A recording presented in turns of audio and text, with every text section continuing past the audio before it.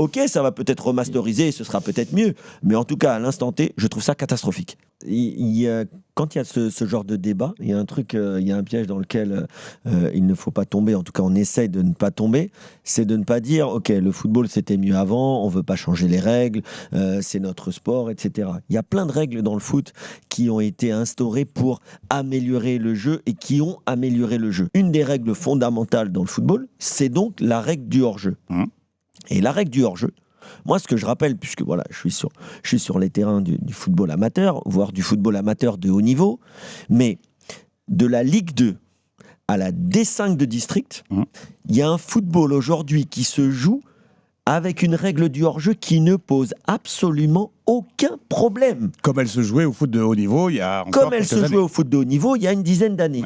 Dans les lois du jeu, ce qui est dit, c'est si tu es sur la même ligne que ton défenseur, tu n'es pas hors-jeu. On est d'accord. Mais cette règle, elle a été écrite pour qu'un humain qui a un drapeau dans la main lève le drapeau et juge en son âme et conscience si tu es hors-jeu. Elle n'a jamais été écrite pour qu'un ordinateur fasse une ligne et qu'on voit si le genou, il est devant. Ce n'est pas la règle. Donc encore une fois, je suis obligé de la ramener à l'arbitrage vidéo puisque c'est ça qui pose problème.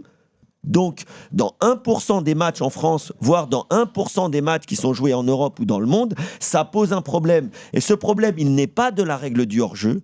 Donc, monsieur Arsène Wenger, il faut qu'il réfléchisse peut-être différemment sur cet état de fait. Le problème, ce n'est pas la règle du hors-jeu. Le problème, ce n'est pas l'alignement. Le problème, c'est qu'aujourd'hui, on veut mettre dans le football de la technologie et un outil qui a complètement déshumanisé et déréglé la même règle en question. C'est-à-dire que la règle du hors-jeu, elle ne pose aucun problème dans 99,9% des matchs de football dans le monde. Et c'est ça que M. Wenger, M. Infantino, qui a peut-être jamais mis des crampons, qui n'a jamais été arbitre de touche, qui n'a jamais été un attaquant, ou surtout, et je finis là-dessus, un défenseur aujourd'hui. On voit avec le Barça, on voit avec le PSG, il y a beaucoup d'équipes qui jouent très haut. Pourquoi elles peuvent jouer très haut ? Parce qu'aujourd'hui, c'est très dur pour un attaquant de ne pas être hors jeu. Parce que Messi, tu lui dis, ah bah maintenant, ça va être le football comme j'ai joué ce midi où il n'y a pas d'hors-jeu quasiment, puisque tu peux être tranquillement, même si tu te laisses traîner une jambe et que tu as 2 mètres d'avance, mais tu as une jambe ou allez, une épaule qui est encore alignée. Non mais ça va complètement dérégler notre sport.